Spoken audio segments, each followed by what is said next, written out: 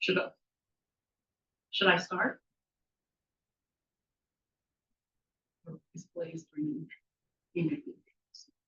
Oh, sorry. There we go. I will let you know because I'm going to just introduce the webinar, a few housekeeping things, and then I'll let you know. Thank you. I just wasn't sure. I'm sitting there going, I don't know if I'm supposed to be talking. You just do. Let me know. Thank you. You got it.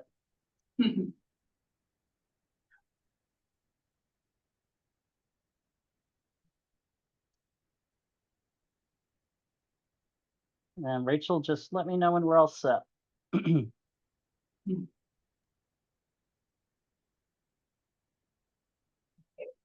think we're ready. Okay. All right. Good afternoon and welcome to the November webinar in our New York Association on Independent Living, or NYAIL, NYAIL 2025 webinar series. I'm Blaise Bryant, the communications specialist here for the association. It's good to be with you. A couple of quick housekeeping things before we get started with the webinar. The first is that it will be recorded, or it is being recorded, and the recording will be made available to you later this week. Number two is the chat is disabled for attendees. If you have any questions, please use the Q&A box, and we'll get to questions within the last 15 minutes of the webinar. And then the third thing is there's a survey at the end of the webinar that will show up.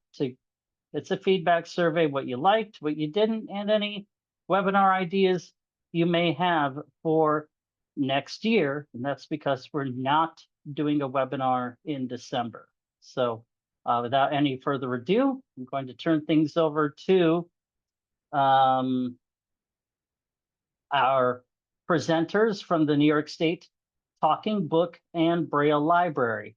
We have Laurenne Teachout, who is a senior librarian, and we have Quinn Burch, who is a reading advisor and someone whom I have had the great pleasure of being friends with for almost 20 years, back when we were kids at a sports camp for the blind. So I'm going to turn things over to Laurenne and Quinn.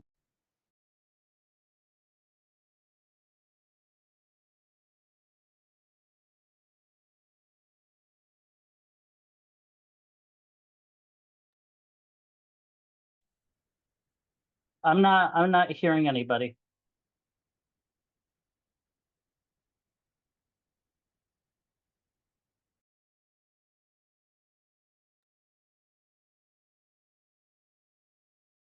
We seem to be having some technical difficulties on the New York State Talking Book and Library. And Laurenne, I'm hearing you now. Yep, go ahead. Sorry about that. We had forgotten. Okay, let me just get this back to full screen. There we go. Thank you all. Thank you, Blaise. Thank you all for being here. My name is Laurenne Teachout. I'm a senior librarian at the New York State Talking Book and Braille Library, which is part of the New York State Library in Albany, New York. And with me today is my associate, Quinn Burch, who is a reader services associate with the Talking Book and Braille Library, and her interpreters today. We will be talking about the New York State Talking Book and Braille Library and unlocking access, services, and support from the New York State Talking Book and Braille Library is our title. And the first, I'm going to tell you about the slides. I'm not sure who will be watching the slides, but I'll give you a little bit of a recap. We've got a few pictures. So this picture is at a recent event that we did in September of 2025 for an aphasia walk at Russell Sage in Albany. This just shows one of our outreach tables with many of our items that we display at outreach events. And for this next slide, I'm going to turn things over to Quinn. for this one? All right, this is Quinn speaking. So TBBL, TBBL, is a New York State talking book and Braille library. We are a division of the New York State Library, NLS. We are in Albany, New York. TBBL is a free public lending library for residents of the 55 upstate counties of New York State. And those residents who are eligible are unable to use standard print materials because of a print disability. That might be blindness or it might be another print disability.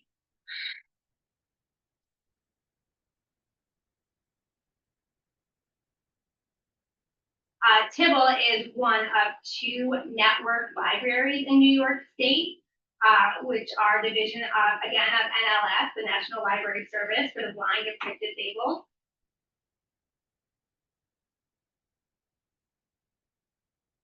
So we have, again, TBBL, our branch in Albany, New York, the Talking Book and Braille Library, who serve the 55 upstate counties. And then we also have the Andrew High Scale Braille and Talking Book Library.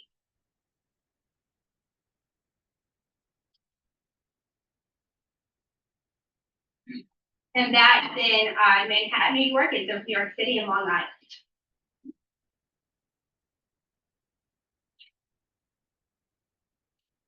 Okay. We have some filler slides here. So this is apply for service. So the first step in our process is to apply for service. We have a photograph of a young man at the piano playing Braille sheet music, which is one of the things that we offer through NLS. And Quinn will do the next slide. There.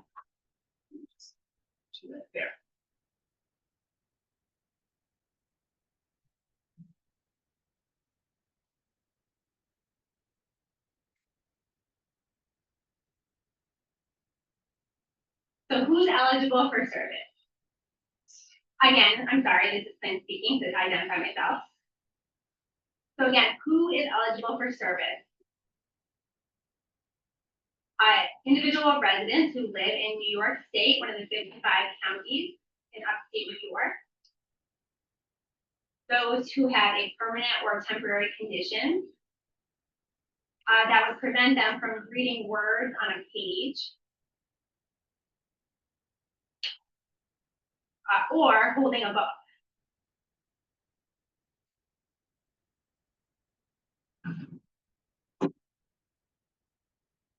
So this could be a number of things.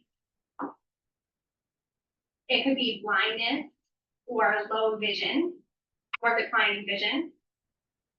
It could be a physical disability. This could be a condition such as a brain injury, such as aphasia. It could also be a perceptual or reading disability.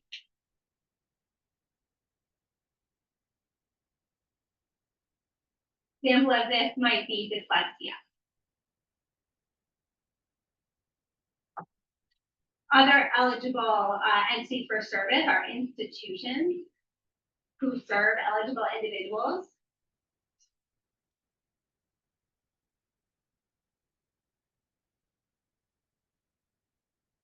So these would be institutions that serve folks who are eligible for service. So this would be libraries, schools, health facilities, or long-term care facilities. And I'll let Laurenne go on to the next slide.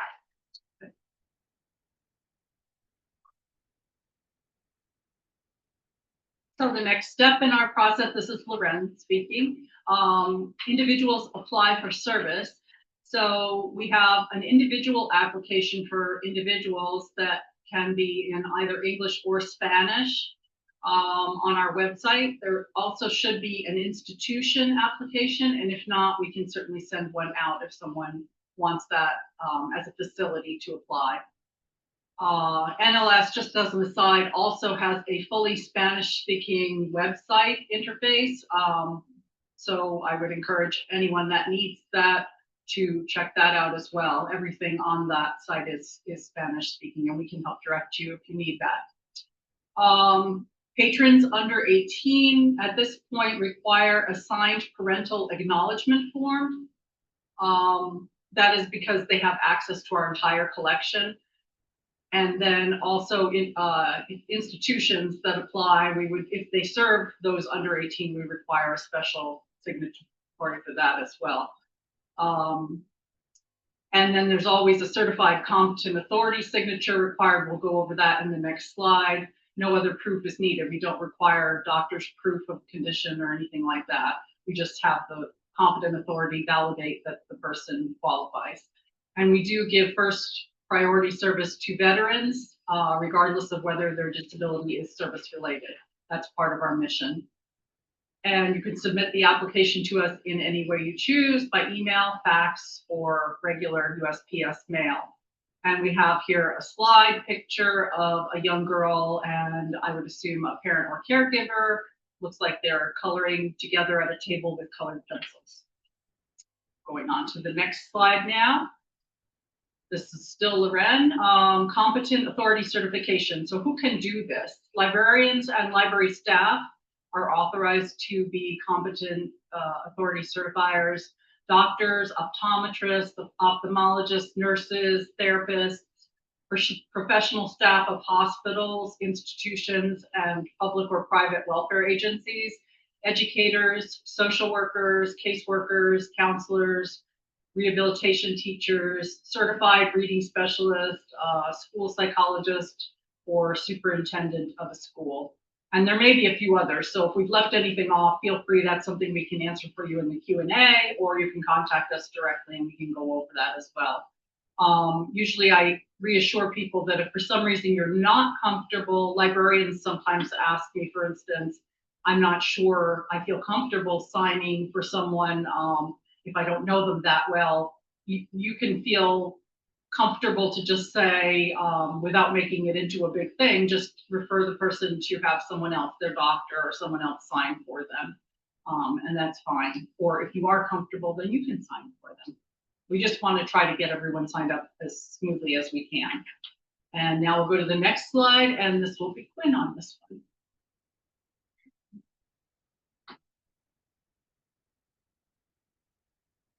Okay, Quinn speaking again. So what happens next? First, a member of the TBBL team will register the new applicant.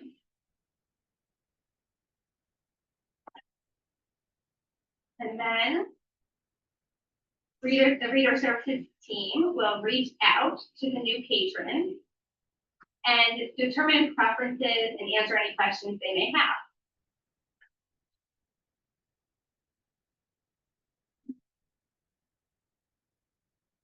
And that will help us go ahead and set up their account with TBBL. Let me just catch up here and make sure I'm covering everything. The patron then will receive our welcome packet and library materials.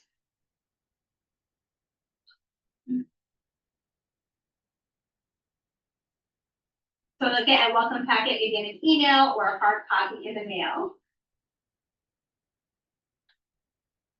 They'll also receive a talking book flagger if that's something that they are needing. So they would get a cartridge or a Braille reader, whichever is applicable to that specific patron.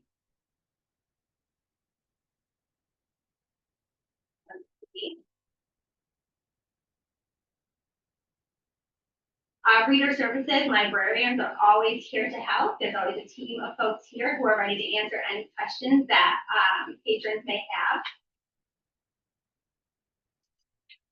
So again, anything you need, always reach out and we're here to answer and help you out as best we can.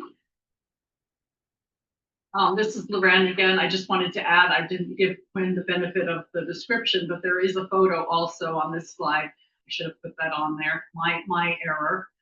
There's a group of young people gathered around one person they're all seated at a table looking at a book together. So possibly a library setting. Thank you very much. Let's go to the next slide.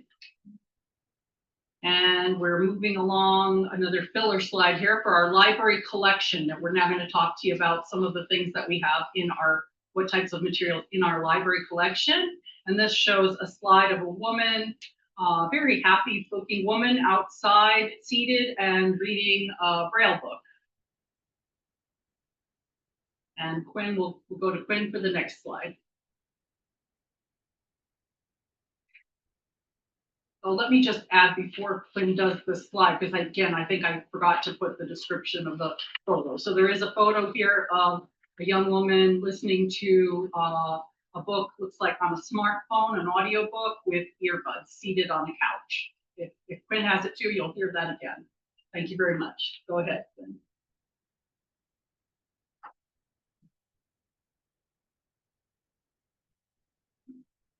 Yep, just catching up here, making sure I'm in the right place.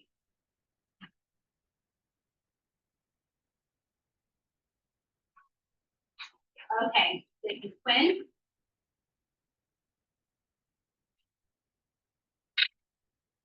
So we have a number of materials to meet individual needs for our patrons.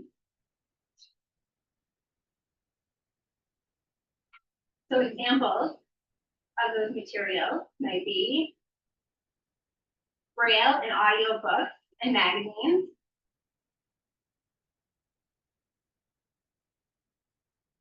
We have over 70 Braille magazines available. We also have fiction and nonfiction titles for all ages and interests.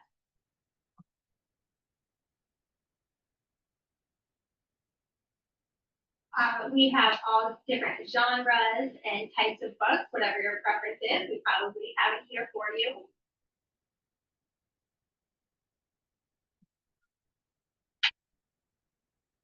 We also have a number of different books and magazines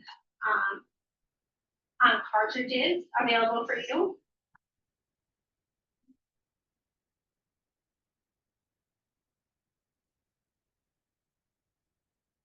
So here at TBBL, we do not have textbooks available, but we do provide suggested sources for you in lieu of textbooks. And I think, just catching up on my notes, but I think that might be everything I wanted to say. I'll turn it over to Laurenne. Okay. Oh, actually, I'll just interject that we do have books in over 50 languages. That's something that I've been very impressed with since I've joined the library. That is not to say that we have a lot in every language, but it's fascinating. I would encourage you to become familiar with our program and go on and check out the languages that we do offer. We have some indigenous languages, including Cherokee, Ojibwe, lots of things that you wouldn't expect to find. And we may not have, as I said, a lot in each language, but we do have quite a lot of languages available, and they're constantly expanding. And usually our materials are added on a weekly basis. Right now, we are experiencing, NLS is experiencing the government shutdown, so they're our supplier for the books. So we're not having things added quite as frequently, but we do often have them added quickly. And then I'm going to turn it back over to Quinn to speak about a little bit more about the Braille on Demand program on our next slide.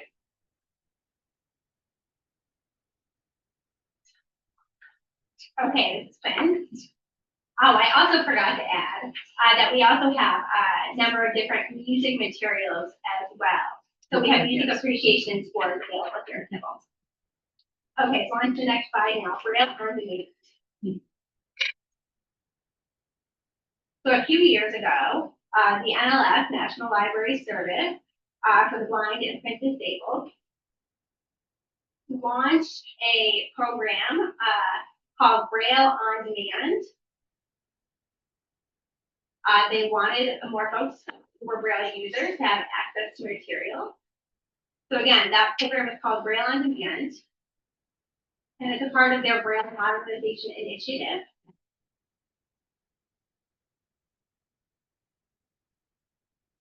So members of the library can order up to 5 books a month under this program, and they do not send these books back. These are books to keep.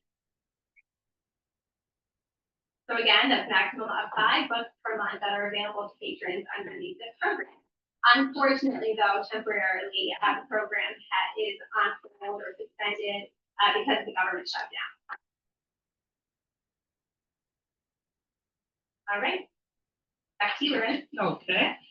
I will add that the books that you choose from need to be books that are digital Braille titles in the BARD system. So as long as they're on BARD, then they are available. So we don't have every book in the world, but quite a lot anyway.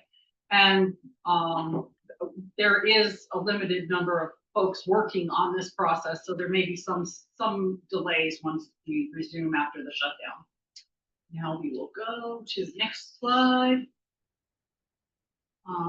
So again, this is Laurenne. So the next slide is formats to meet individual needs. And we have a picture of, again, one of our displays that just shows you a lot of the materials and items that we carry, including some children's print Braille books, which are one of my favorites. I could talk all day about those, and some nice, we have a lot of Braille materials on the table and some equipment as well at one of our displays.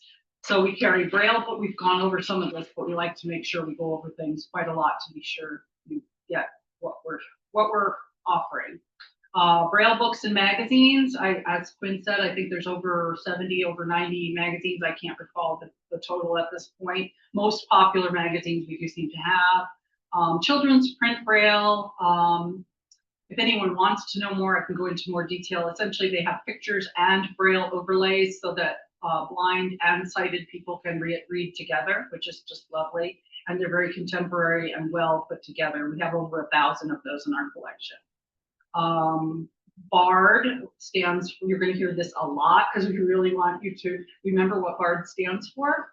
Braille and audio reading download is what BARD stands for. It's our Libby, our version of Libby. If any of you use Libby in the public library system, this is our version of downloadables. And you can instantly download 24/7 digital books and magazines in audio or e-Braille, and we'll talk more about that coming up. So the next slide, I'm going to continue on with some of our equipment. We have equipment to meet individual needs. In the first photo we have here is our refreshable Braille e-reader, which we offer to anyone who's a regular Braille reader and wants to give this a try. It's a portable way. We're going to talk about it in more detail, so I won't go into great detail, but essentially it's an e-reader that will take in electronic Braille and put it out as physical Braille with the keys on top. And we'll go over more details on that. Our second picture, a new sort of a advanced preview. We have a DA2, a digital advanced 2 machine, digital talking book machine. We have these in-house. We're learning how to use them, but they've not been issued out to patrons yet. So they are coming out soon. I would say we're hoping for by the end of the year, 2025 or early 2026. But they're very interesting and have capability to hold over 200 books or around 200 books. They have Bluetooth and they are wireless. So we'll tell you more about those if you want to know. We also offer the standard player and the advanced player as well. And then we have in the last photo a picture of the BARD mobile app on a smartphone, and that's available on iOS, Android, and Kindle. We'll go on to the next slide. The next slide shows a picture of a $5 bill with something that says iBill, a small device. This comes from the Department of U.S. Treasury, the iBill. We can arrange for it here with our patrons. Our reader services team can help you fill out the application and request that from Treasury. It is free. We also offer a few other accessories. We have a high volume player. We don't have much occasion to give those out, but if someone requires a higher volume than the highest volume on our current players, that does require a doctor's note, and you do need to use headphones because it can damage the hearing of other folks who might happen to hear it. We have headphones that we do give out routinely. Unless you don't want them, we'll issue you a pair of headphones, and those are something you keep. We never need those back. There's something called a breath switch for folks who can't utilize, don't have access of using their hands and the controls on the player. There's a remote control for the digital standard 1 player that with the digital standard 1, which has a few less buttons than the digital advanced player. If you end up having one of those, you can use the remote to give you the same capabilities that you'd have on the advanced. And there's a few other, let's say, there's an elbow plug for a flash drive that helps you get your flash drive, if you're using that, a little bit easier inserted into the player. And I'm going along to the next slide. We will get back to Quinn doing some here too in a minute. There's a photo of a man seated outdoors listening to an audiobook on his phone with earbuds. And we're going to talk now about borrowing materials. How do you borrow materials from TBBL? And I'm going to continue on with the next slide. Receiving materials through BARD. So BARD, again, Braille and audio reading download. We have BARD 2.0, which just came out as an upgrade for folks that use their computer, laptop, or PC to listen to their BARD materials. That would help them and give them some more capability on that. There's also BARD Express, which is a sort of condensed, easier to use, easier to navigate version of BARD for people, again, who use PC, use it on their PC or laptop, BARD. And then BARD Mobile is the app that you can get in the App Store for, as I said, iOS, Android, and Kindle. And you have access, we've talked about a lot of this already, but to reiterate, access to over 160,000 digital audio and e-Braille books. You can download through a computer or mobile app, no wait lists or loan periods, read at your own pace, and new books added weekly under normal circumstances, not right now, and accessible platform. And we have a tiny drawing here of a photo of our BARD logo with some dots and circles, squirrels. And our next slide, how are we doing on time? Did we doing okay on time? Is just You're doing fine. Yes, it's keep me Blaze. in line. I can always pull a slide. I've got some fillers, so let me know. I'll give you a 5-minute cue. Appreciate it. So we have some pictures here, the BARD app again on the smartphone. We have a photo of someone's hands using the ZoomX with their phone. We have a flash drive photo and adapter for the PC cartridge download. And now I'm going to turn it over to Quinn for the next slide. Slide number 7. Okay, this is Quinn. So downloading through BARD, the Braille and audio reading download.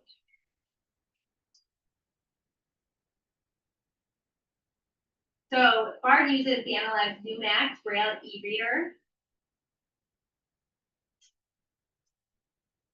This was released just in the last year or so.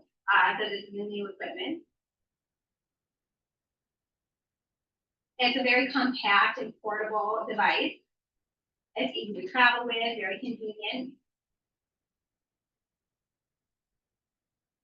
It has a Perkins style keyboard. It's able to read contracted or uncontracted Braille. It can also connect directly with the NFC news line. Excuse me, Blaze here. Just Rechargeable battery. yeah. People might not know what a Perkins style keyboard is. So, Quinn, would you be able to just describe that a little bit for people who might not be familiar with what the Perkins style keyboards are?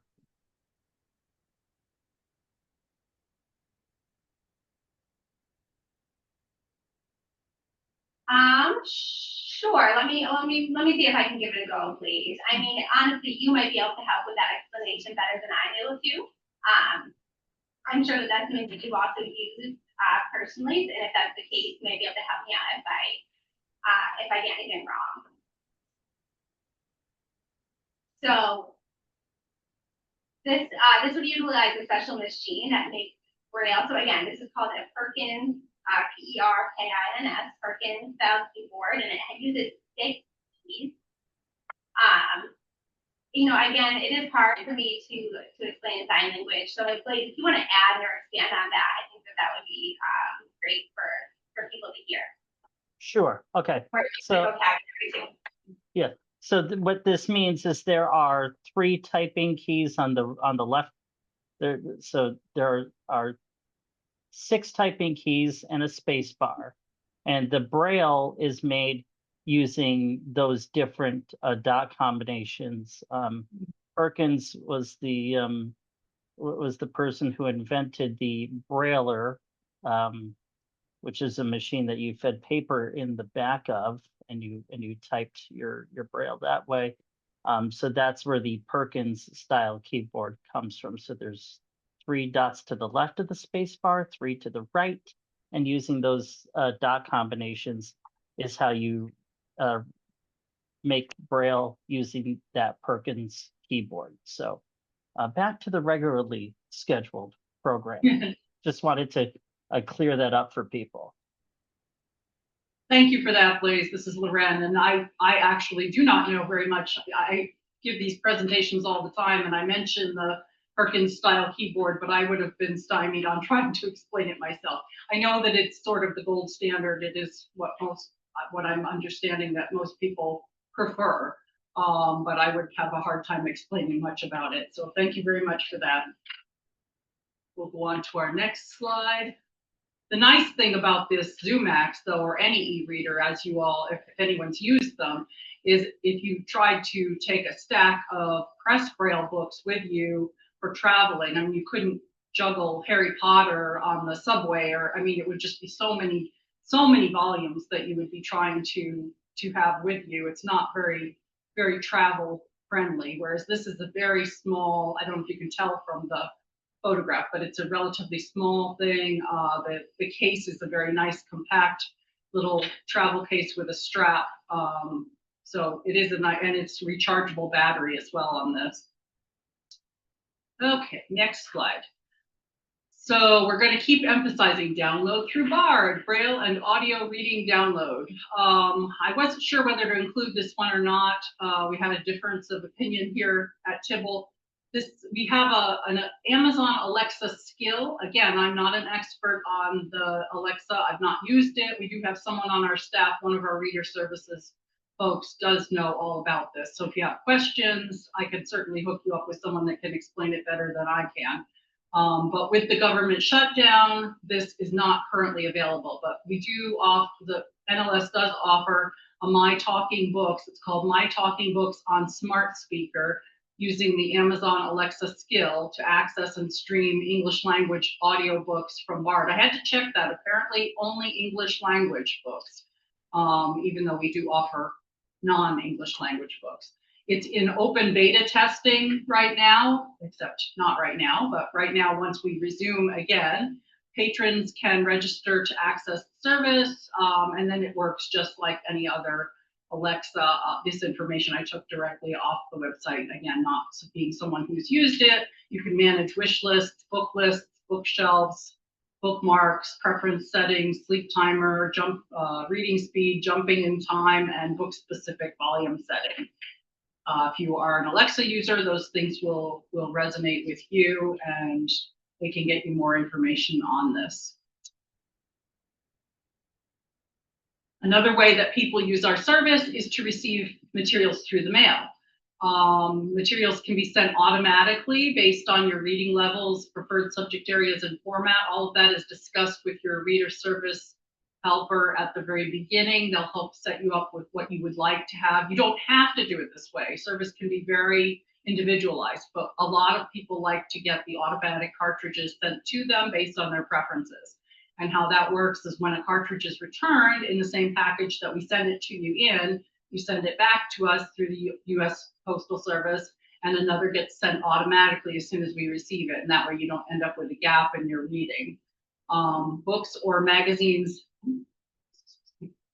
Books or magazines on a cartridge can be adjusted to suit personal preference from 1 to 20 on a cartridge, perhaps more if you're doing children's picture books. It depends on the size of the volume.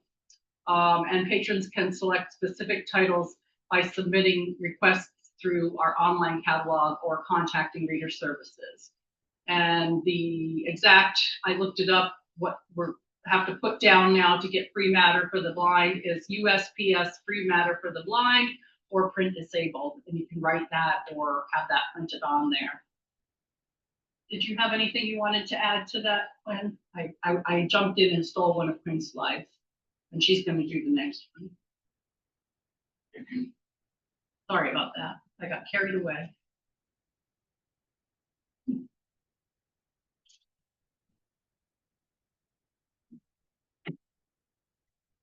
The interpreters are just catching Quinn up. Yep, thank you. All right. Again, this is Quinn talking. So when you get material sent through the mail, you are able to use the USPS free matter for the blind and print disabled. And again, this is a free service through the United States Postal Service.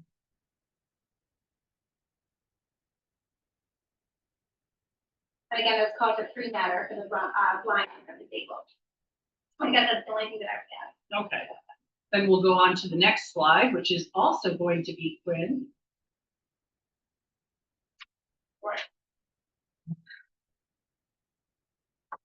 So the NLS produces 2 bi-monthly publications for patrons that provide a small sampling of new audiobooks and Braille titles that are added to our collection. So we have talking book topics, which highlight audiobooks. So as we abbreviate that to TBT, talking book topics. They also produce the Braille book review, which is my personal favorite, that highlights Braille books. And again, that just provides information about new Braille titles available that's either hard copy or through BARD. They also have an international language quarterly, and that is for non-English titles.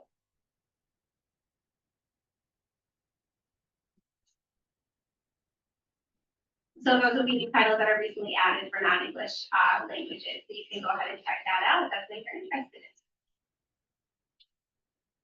And again, these publications unfortunately are on hold because we don't shut down, but those are typically available. All right. Thank you, Quinn. So people often ask us, so what makes your service unique? Like what differentiates TBBL from other services? We basically we don't need you to come here. We don't really have a place for you to come here. We are obviously in a building in reality working here, but we don't have a physical library here at the state library. There is a reference library on the 7th floor, and we can meet people there, but that's not done very often. So stay at home and receive service there, and you don't need to go to the library physically. And physical items ship free through USPS, no waiting or holds. That's a big difference. I know that sometimes I'm a big audiobook user and I use the public library Libby as well. And there's often a wait list for 6 months for audiobook titles or even longer. There's no waiting or holds even on the most popular titles. So the latest James Patterson book comes out to our folks. As soon as it's loaded up there, you can download it via BARD, or we can send it to you on a cartridge, and you could and everyone could take it out at the same time. There's no issues with any of that. All of our audiobooks are navigable, even if they've been commercially recorded. They've added what the information that you need to make it easy to get through it and navigate it. There's no fines or shipping costs. Everything is free, and long-term lending. You may keep every item as long as you like with our service. And we have here a photo of another way to use our service. This woman is using a tablet, looks like at a kitchen island while she's cooking. So she could be accessing a cookbook while she's cooking in the kitchen, or she might be just listening to an audiobook while she's cooking. And we'll go on to the next slide. Additional resources, we're getting to the end now. I just, I don't know how much detail I should go into on this. You will get a copy of all of these materials as well. We talked about how there are no textbooks through TBBL. People ask me that often, so that's why this is part of the presentation. Bookshare offers textbooks, and we can help you sign up for Bookshare. That is free for all patrons of the Andrew Highscale Library or TBBL. And the Resource Center at the New York State School for the Blind and Visually Impaired also helps with assistance for getting textbooks when needed. And Learning Ally also, did I say that one? No, I didn't say that one. Learning Ally also helps with textbooks as well. I like to advocate for WMHT Rise, which is a volunteer run service, I believe out of Troy, New York, local to us. They have 24-hour radio reading service for those who cannot read standard newsprint, and I believe there's quite a few other services across the state as well, but they're a wonderful program. And NFB Newsline, which we mentioned is automatic to the ZoomX, is also a free audio service for those who cannot read standard newsprint. They have newspapers, magazines, and other news resources. So these are all on our website in addition to many, many more resources. The next slide is more of a visual slide. We have a new ad campaign that NLS is coming out with, and I'm very, very excited. It just launched right before the government shutdown, so it's kind of a mystery to all of us right now, but it's exciting. It's got 14 or 15 different posters and or web slides. This one says that all may read so that all may do. NLS offers music, crafting, and cooking titles in accessible formats, perfect for no-looking cooking or feeling the beat under your feet. And then it has a QR code, which will take you directly to the application to apply for service, and the NLS logo, and features a young man playing the cello, feeling the groove in the picture. And there's a lot of great slides. I'm just really excited to see young people and a lot of diversity in these slides. People look excited and happy to use the service, and I've been advocating for that for a while, so I'm very excited about this ad campaign. And one of our last slides, help our mission spread the word. We have a little circle of like stick figures in different colors holding hands. We would urge you to connect community members that you come in contact with to our accessible information. Help us reach underserved populations. We know that there are a lot of people out there in need of our services that are not aware that we exist, don't know that it's free, don't know that they qualify. We want to reach them all, and we're a very small team here. So if you can help in any way, we really appreciate that. We can load you up with all kinds of information and anything we can do to help. Our mission statement, NLS, and we also mirror it, is that all may read, and we believe that passionately. We don't want anyone to be left out of reading at any point from birth to the end of their life cycle. We can distribute brochures and flyers to you, and you can help us in that way. Help individuals register for service, become familiar. We urge you to become familiar with BARD and follow our blog and our website. Quinn personally does a lot of work on our blog, making up reading lists. We put something once a week onto our blog. Oftentimes it'll be like Banned Books Week, and we make a list of books in our collection that are have been challenged, and Quinn researches all that for us and puts that up there. We have one coming up this month for might be out this week for National Hiking Day. So there will be books related to the national parks and things of that nature. Actually, New York State, not national parks, but still. Please get familiar with that and sign up for it and check out our website.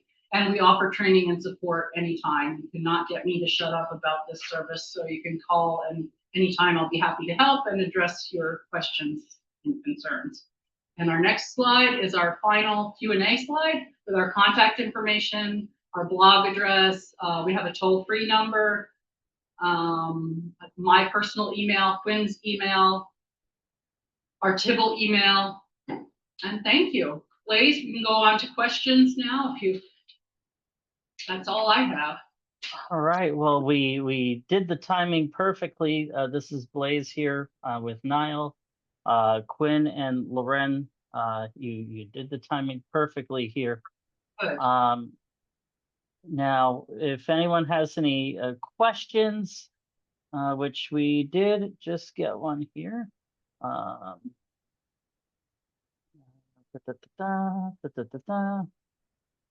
Let's see. Let's see, we have a question here from Ellen who says, I tried to download the BARD app and it asks me to register using a Gmail address. I don't have a Gmail address. How can I access the app otherwise? Okay, we'll have to look, if you can contact us separately, or if Blaze wants to relay me your email address, or if you can use one of our email addresses. The Tibble basic email is tbbl@nysed.gov. That's our general email. If you can send along that question, I will also, if Blaze gives me your information, I'll do it from my end as well. I'm not aware of you having to have Gmail. I believe you do have to have an email account to use the BARD service for contact reasons, but it doesn't have to be specifically Gmail that I'm aware of. And you do need to apply first for individual service with us as a patron, and then there's a separate, smaller application, as I understand it, for the BARD. But they are all linked, and we try to make it as easy as we can, but there's always little hurdles that we are finding out about. So we would be happy to help you with that and get you connected. And Quinn, did you have any input about the BARD service? I don't know of anything like that. Laurenne, we did get a, sorry, Laurenne, we did get a question. Yes. Someone asking if you could just slowly repeat the TBBL email address, please. Yes, I did go very quickly. Sorry about that. Connecticut native. T as in Tom, B as in boy, B as in boy, L as in Laura, at NYSED, as in New York State Education Department, N as in Nancy, Y as in yellow, S as in Sam, E as in elephant, D as in dog, .gov, G as in garden, O as in octopus, V as in vapor. Thank you And very that's our much. email. And then there's a toll-free number as well if you prefer to call, 1-800-342-3688, and that will connect to one of our reader services advisors. The same with the email. We'll go to, you might even get Quinn responding to your email because she handles a lot of our Tibble emails. And my email is on here as well, Laurenne.Teachout. I won't spell that all out with the letters, but we can get this to you separately. Right, Blaze? You're going to get these slides to folks. Yes. And then that's at nysed.gov as well. And my phone is actually usually fairly quiet. I don't get a lot of phone calls, so I'm happy to help. Okay, great. My guess is this is more of a question for Quinn. Okay. And the question is, I was looking at, it changed on me. Thank you all for asking questions. We really appreciate them. Let's see. Someone asked about essentially non-visually impaired people utilizing TBBL services. Well, I mean, there is. Yes, there are. Actually, yeah. You know what? I'm just going to make the executive decision because it's really that's a tough spot to put you folks in, because there are people who have dyslexia and other print disabilities that are not necessarily related to visual impairments. And if those people are able to have the literacy services they need, I would think you all would feel quite good about. Yeah, there are a few. We like to emphasize that because people usually do get that it's a service for the blind and visually impaired. That seems to come through loud and clear. But over the years, they have broadened their spectrum to include physical disabilities. So if someone can't physically hold a book or turn pages due to all kinds of different physical disabilities or complications from other conditions that they may have. We've even had a lot of folks at end of life in hospice care using our service to listen to audiobooks, and it's been quite meaningful. So it is often something we want everyone to be able to read always, everywhere, every time, every point in their life. So there can be those sorts of situations, traumatic brain injuries, as we mentioned, like aphasia, although I do think that affects your vision in some way. And then dyslexia, which you could argue, is it visual or is it cognitive? But they do allow for that. So we do honor, those come from NLS. They make those determinations to the service and we honor those. Okay. Erin asked, and that's ERIN, is the eligibility / application form available on the website? Yes, it should be. Yes, we should have it on there, as I said, in English and Spanish, as I'm told that they're both there. And there should be a separate application for institutions, which would be if you are within a school or a library or a facility and you want your facility to apply as an institution. And we could explain that to you in greater detail.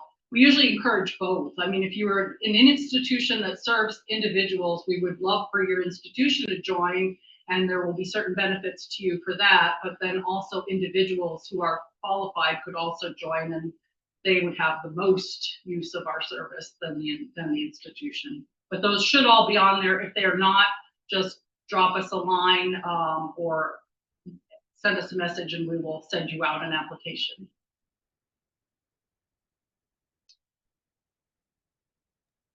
Oh, thank you for reminding me that I was muted. There we go. Aaliyah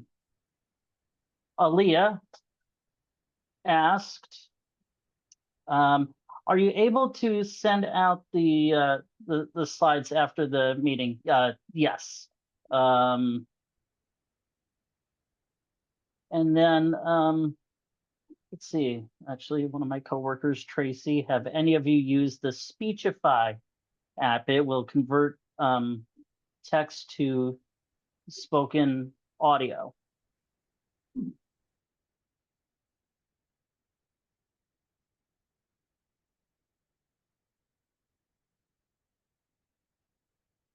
I have not used it.